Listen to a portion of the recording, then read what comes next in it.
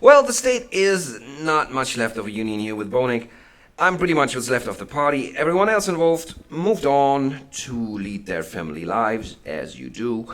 Me, I don't really have a life, so as the last one left to turn off the lights, that's not quite what I'm gonna do just yet, because there is still music that was written for Bowneck, and that means a third album is definitely happening. And that will either be the last chapter of Bowneck or the last part of the first chapter. Because I might still find some people to bring this project to the stage with me, but realistically, I guess I would have to pay people for that, and that would mean getting more money, and that would mean working full time, and once you start working full time to finance your passion, that's when you have no energy and no time left for your passion. And that, kids, is what you call a catch-22.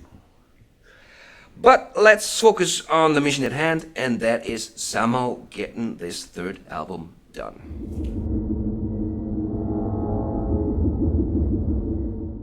Well, I made 2 whole videos about the fact that albums are a thing of the past, but then again, so am I, and the present is pretty stupid, and I'm too stupid for TikTok shorts, so I don't care. However, unless you're a famous artist with fans, it's also pretty stupid to blast out your whole ammo as an album in one shot, because no one will notice. So I'll make a compromise. I'll blast out my whole ammo in 4 shots, and no one will notice. There will be 4 mini EPs with 3 tracks each and a video, and those 4 parts will later then become the complete album of 12 tracks. That is genius! He is so cool. And handsome. I know, right? The thing is, I'll have to produce this on my own. Looks like I'ma do everything myself. And my money has pretty much run out, and giving 12 tracks to a studio to mix and master is 3,000 to 4,000 minimum, so there will be none of that. I'll have to mix it myself as good as I can, which isn't bad, just not studio level. But I'll export the raw waves as well, and of course there will be multiple professional remixes paid for by my millions of disciples. Of course.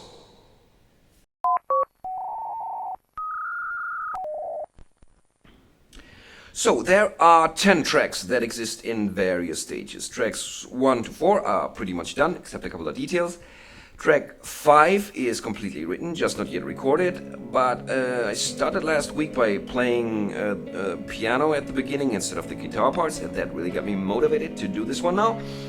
Then track 6 will probably be Time to Tear It Down, just because this one's ready.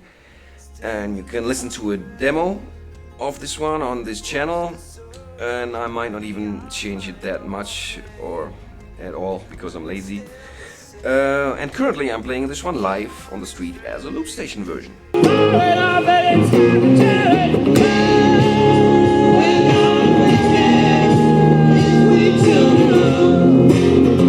There's another track I would prefer as number 6, but the parts are tough to fit together because of multiple time changes and a lot of arrangement work needs to be done in this one.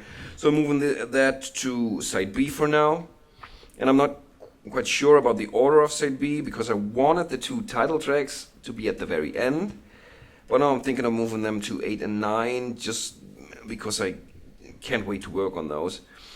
The name of those title tracks, and thereby the album, will be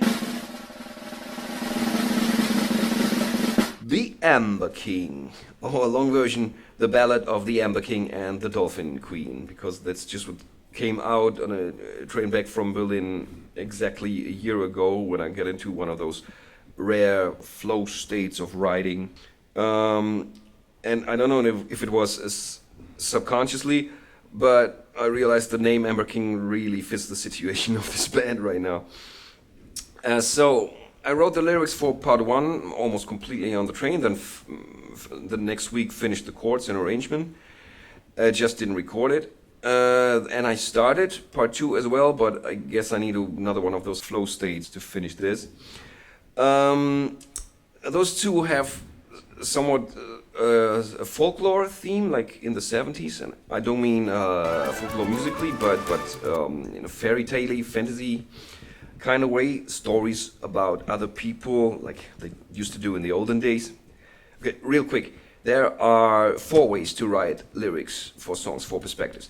The first and most common one is the I or me song. That could be I'm the coolest, or more importantly, I'm such a tortured soul and have to tell the whole world about it, which is pretty much 90% of the Bowneck songs to date. It could also be I'm so happy and have to tell the whole world about it, but you won't find that on a Bowneck album. And then there's the you songs, which is what I do in my Pentaman project, where you talk to the audience or society in general, or talk to yourself. Then there's the we songs, which could be we as a band are gonna do stuff like, or it could be let's come together and make everything alright, like.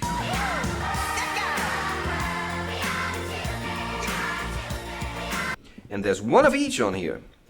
But then there's the he-she songs, where the lyricist is the narrator.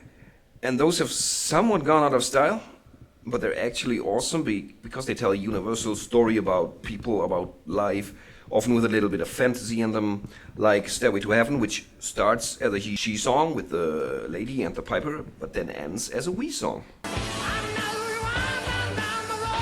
And that's kind of what these 2 title tracks will be like. High fantasy for part 1 and low fantasy for part 2, because part 2 starts in the real world with the I, me character, and then moves over to the fantasy world. At least that's the outline I have right now. Okay, we'll move those to number 8 and 9 for now. Then there's one before that has a working title, which is Lead On Through the Night. Guitars are done, lyrics I have done, and I know what the bridge should be. I just have to find the time to complete it and record it. And those are 10. And in those 10 tracks, there are already all kinds of those 4 perspectives. Now, 10 could be enough, but I just really would like to make it to 12. I just love the number 12 for an album. And that means 2 more would have yet to be conceived. And I know one of those should be a really heavy one, because as of now, the album is lacking a little bit on the heavy side. The heaviest one on there is track 1. Just because it originally was a riff for Psychoroll, which was the other band I was in that didn't make it either. And since it was an unused Psychoroll riff in the first place, I asked the drummer of Psychoroll for help, and he recorded that one for me, along with tracks 2 and 3 as well. And the sound wasn't that great, but I was able to capture his performance with drum tracking, and that worked really well. And we'll have to see if I program the rest of the drums or play them myself and drum track that, or if I get some more help along the way. So that's the state we're at. 1, 2, 3 are coming in the next weeks, along with a mini video for Shadows Will Rise, and a complete video for Made of Regrets, which sadly might be the last classic Bowneck band video, because I was obviously already running pretty thin on band members for that one. Then after those 3, I'll move over to my other project, Pentaman, and release a video there along with 4 tracks as part of an album of 12 tracks as well. Then come back here for tracks 4 through 6, and then bounce back and forth between the 2 until both albums are done. That's the plan. So, if no one is left in this band, then why make this stuff Bowneck anyways? Why not just a new solo project with another name? In those 2 videos I talked about the narrative an album can have, and the through line with themes, and now you can even have a through line with albums. And these new songs just perfectly complement the other 2 albums, I think. If you take the last album we released in 2021, which is technically the first album, we just re-recorded it and swapped out some tracks. Then on this one, the themes were kind of like movement against the tides of time, and generally going at it, if it makes sense or not, like Sisyphus rolling his boulder up that hill. So it was a theme of movement, although getting nowhere. The second one then had themes of stagnation, imprisonment in your life, in your head, inability to change and to move on. And this third one now has the theme of actually moving on, leaving stuff behind, embracing the unknown. And it's not that I planned all this, I guess it's just where I was at lyrically at the time of each album. And now looking back, interpreting my own shit, kind of makes sense as a trilogy. And also trilogies are just that much more satisfying. Two always feels kind of incomplete.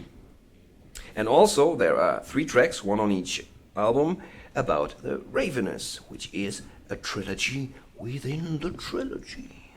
A trilogy, really, a musical trilogy that I'm doing in D minor. So here's my effort to finish at least one trilogy, and if the fates allow, and I find some more people to join, we'll move on after that with the next chapter and have an encore or even another trilogy. But if this album is really the last hurrah, the last hooray, then I'll make this one count. I hope you join me on this journey. It's gonna be fun, I can promise you that. 2 videos coming up, next Thursday and the one after that. Until then, stay golden and bye.